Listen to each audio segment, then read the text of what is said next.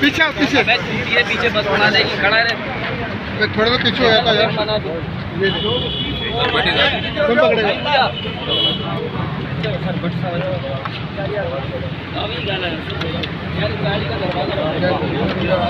हाथ के पास लग जाओ।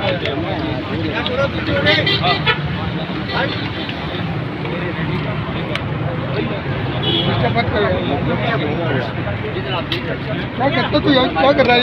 जब तुम्हें परेशान कर दिया, यकीन कर दिया।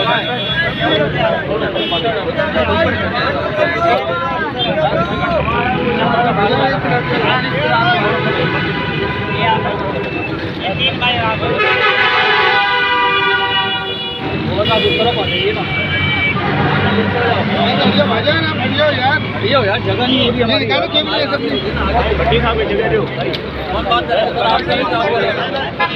मतलब तुम्हें काम करना ही नहीं करने देना। जहाँ भिलाई मत खाइए, ये थोड़ा पीछे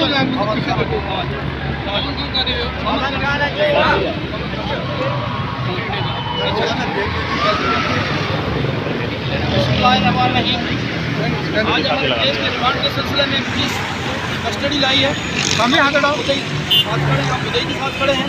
तो आज हमने ये मौका अख्तियार किया कि पुलिस जो इन्वेस्टिगेशन कर रही है फुल्ली इन्फ्लुएंस है सिंध गवर्नमेंट के, और अंडर अगर DIG भी है, SSP है, सारे उनके जो है ना उतने मुलाजिम हैं, वो एक ज़ात के मुलाजिम है, पब्लिक के मुलाजिम नहीं रहे और उनकी प्रॉपर जो इन्वेस्टिगेशन नहीं कर रहे हैं। हमने पॉइंट आउट किया था और हम मजलूम के साथ खड़े हैं। इंशाल्लाह ताला हम मजलूमों की दादरसी कराएंगे और सारे वकला साथ खड़े हैं। आज इस हवाले से मैं आज ये रिक्वेस्ट करना चाहता हूँ खैरपुर के दोस्तों को, वकला को, कि फेमिदा मिर्जा के साथ जो हुआ है, मर्डर हुआ है, उनकी भी वकला और उनके मजलूम के साथ खड़े हो जाएँ और सिंध के तमाम मजलूमों के साथ हम खड़े हैं। यहाँ सिंध में जो हो रहा है, ये पुलिस जो है जालिमों के साथ खड़ी है और वो उनको बचाने के लिए खड़ी है, मजलूम के साथ नहीं। अगर IO इंसाफ करे, अगर SSP इंसाफ करे, मैं समझ तो अदालतें खाली हो जाएंगी केसों से अगर ईमानदारी के साथ करें। लेकिन यहाँ पैसे कमाने के लिए, अपनी खुशामद करने के लिए, ओहदे लेने के लिए कर रहे हैं। हम चाहते हैं इंसाफ हो। इंशाल्लाह वकला साथ खड़े, काले कोट वाले, और इंसाफ दिलाने के लिए हर शख्स के साथ, मजलूम के साथ खड़े। मेरे भट्टी साहब में ज़्यादा बात करें। सवाल ये है, अभी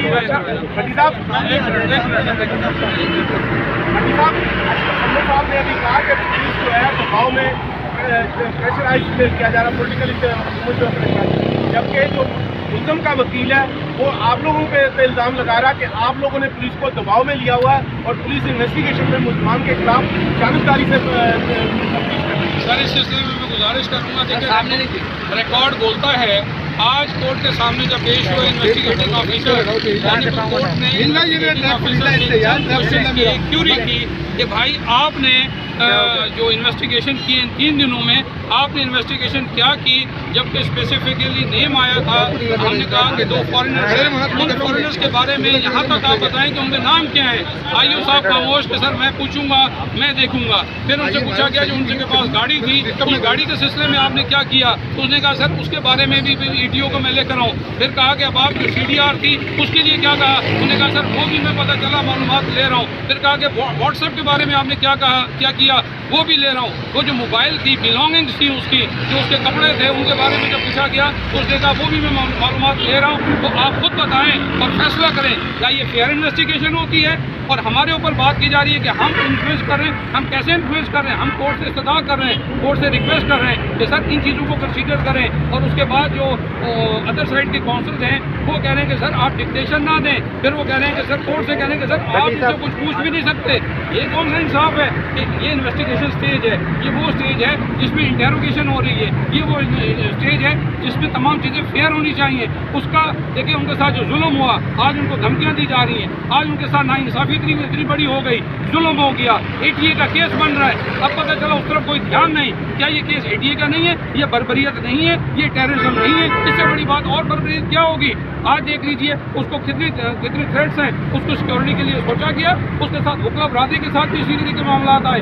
ये इन्फ्लुएंशियल हैं, अपने लिए हैं, लेकिन इंसाफ का बोलबाला हमेशा ऊपर होता है और हम फेयर इन्वेस्टिगेशन की बात की है और इंशाल्लाह करते रहेंगे सर।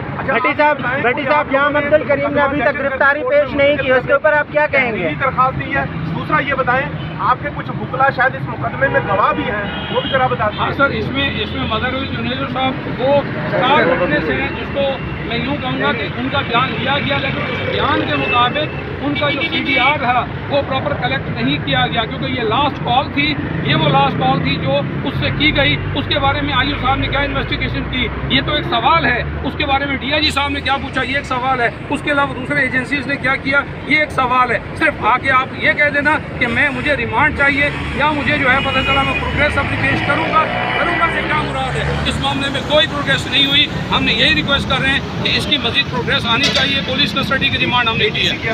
ATC के हवाले से मैं आपसे गुजारिश करूंगा, रिटर्न एप्लीकेशन अभी तक हमने नहीं दी, और उसके लिए हमने कोर्ट से इस्तदा लास्ट टाइम भी की थी। कोर्ट ने ऑब्जर्वेशन दी, IO साहब को डायरेक्शन दी कि इसके बारे में आप अपनी प्रोग्रेस बताएं कि ATC का केस ये बनता है या नहीं बनता। जब उससे पूछा गया तो आज वो बिल्कुल साइलेंट रहा, यानी वो कोर्ट को सेटिस्फाई नहीं कर सका, कोर्ट को बता ही नहीं सका कि इस मामले में क्या होना चाहिए। कोर्ट ने आज फिर उसको कहा कि आप इस आस्पेक्ट को देखें कि क्या ये ATC का केस बनता है या नहीं बनता। तो उसने कहा सर मुझे टाइम चाहिए, मैं इस बात को देखूंगा।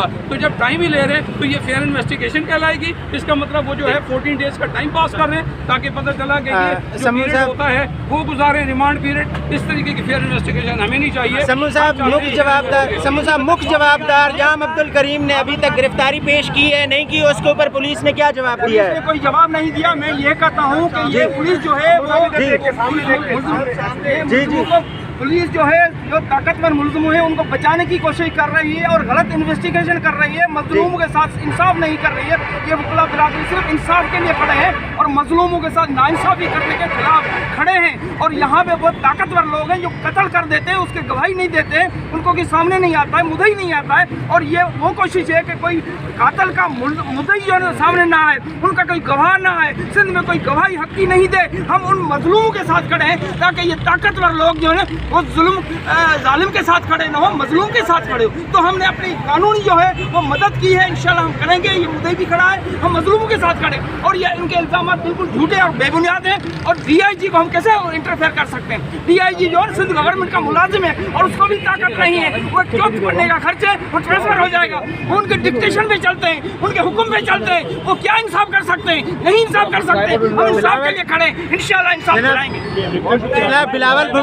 बिलावल भुट्टो जरदारी जाम अब्दुल करीम को बचाने के लिए, या बिलावल हाउस जो है वो इसमें मेजर किरदार अदा कर रहा है। इसमें आप क्या कहेंगे कि जाम अब्दुल करीम ने अभी तक गिरफ्तारी पेश क्यों नहीं कर रहा? सिंध गवर्नमेंट का सिंध गवर्नमेंट की ताकत, वो कैसे, उसको ताकत ही नहीं है। वो किसी को कर ही नहीं सकते, ताकत ही नहीं है, उनके नौकर हैं।